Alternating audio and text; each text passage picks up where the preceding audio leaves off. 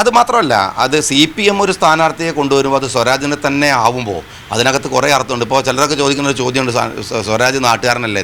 മെനഞ്ഞാന്നല്ല അദ്ദേഹം നാട്ടുകാരനായത്, അദ്ദേഹം നേരത്തെ നാട്ടുകാരനാണ്. അൻവർ ഇവിടെ മത്സരിക്കുമ്പോഴും അദ്ദേഹം നിലമ്പൂർക്കാരനാണ്. പിന്നെ എന്തിനാണ് അൻവറിനെ നിർത്തിയിരുന്നത്?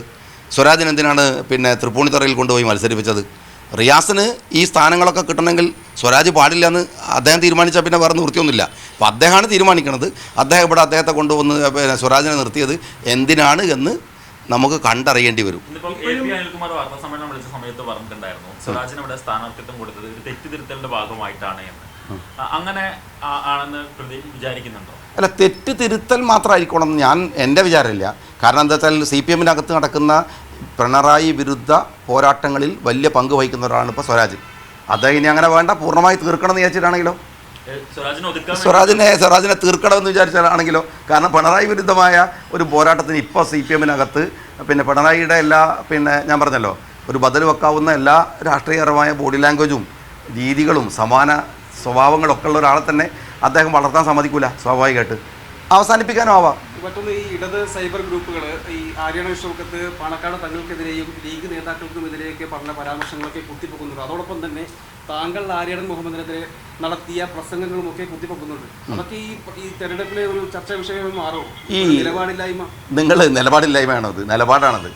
ആര്യാടൻ ഷൗക്കത്ത് എന്ന് പറയാൻ ഞാൻ പറയട്ടെ, ആര്യാടൻ ഷൗക്കത്ത് പറയുന്ന സ്ഥാനാർത്ഥിയായിട്ട് UDF-ൻ്റെ സ്ഥാനാർത്ഥി എന്നുള്ള നിലക്ക് ഞങ്ങളുടെ മിനിമം പരിപാടിയുടെ പേരിലാണ് ഒരു മുന്നണി എന്നുള്ള നിലക്ക് കോൺഗ്രസിനെ ലീഗിനെ കോൺഗ്രസും പിന്തുണക്കുന്നത്. അല്ലാതെ എല്ലാ കാര്യങ്ങളിലും സറണ്ടർ ചെയ്തിട്ട് അങ്ങോട്ടും ഇങ്ങോട്ടും കീജയ് വിളിക്കാനല്ല. ഇടതുപക്ഷത്തിനൊരു മുതലാളിയേ ഉള്ളൂ, അത് പിണറായി വിജയനാണ്. UDF-ന് അങ്ങനെയല്ല. UDF-ന് ഓരോ പാർട്ടിക്കും നേതാക്കന്മാരുണ്ട്, ഓരോ പാർട്ടിക്കും നിലപാടുണ്ട്.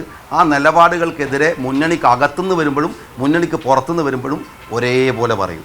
ആര്യാടൻ ഷൗക്കത്തിനോടുള്ള രാഷ്ട്രീയ നിലപാടുകൾ ഈ മത്സരത്തിൻ്റെതല്ലാത്ത വിഷയത്തിൽ ഒരുപാട് വ്യത്യസ്തമായ അഭിപ്രായങ്ങൾ ഞങ്ങൾക്ക് ഉണ്ടാവുമല്ലോ. അങ്ങനെ ഉണ്ടെങ്കിൽ അത് പറയാനുള്ള ധൈര്യവും തൻ്റെ ഇടവും അതിൻ്റെ കൂട്ടായ്മയുടെയും പേരാണ് UDF എന്ന് പറയുന്നത്. മുതലാളിയുടെ മുമ്പിൽ ഓച്ചാനിച്ച് നിൽക്കുന്ന മുതലാളിത്ത സ്വഭാവത്തിൻ്റെ പേരാണ് LDF എന്ന് പറയുന്നത്.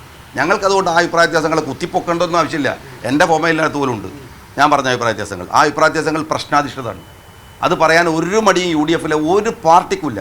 അപ്പോൾ നിങ്ങൾ കോൺഗ്രസിനകത്തെ വ്യത്യസ്ത അഭിപ്രായങ്ങളില്ലേ, ആ അഭിപ്രായങ്ങൾ എന്താണ്? ജനാധിപത്യ പാർട്ടി ആയതുകൊണ്ടാണ്. അതൊരു മുതലാളിത്ത പാർട്ടിക്ക് പറഞ്ഞാൽ മനസ്സിലാവില്ല, അതിൻ്റെ കുഴപ്പമാണ്.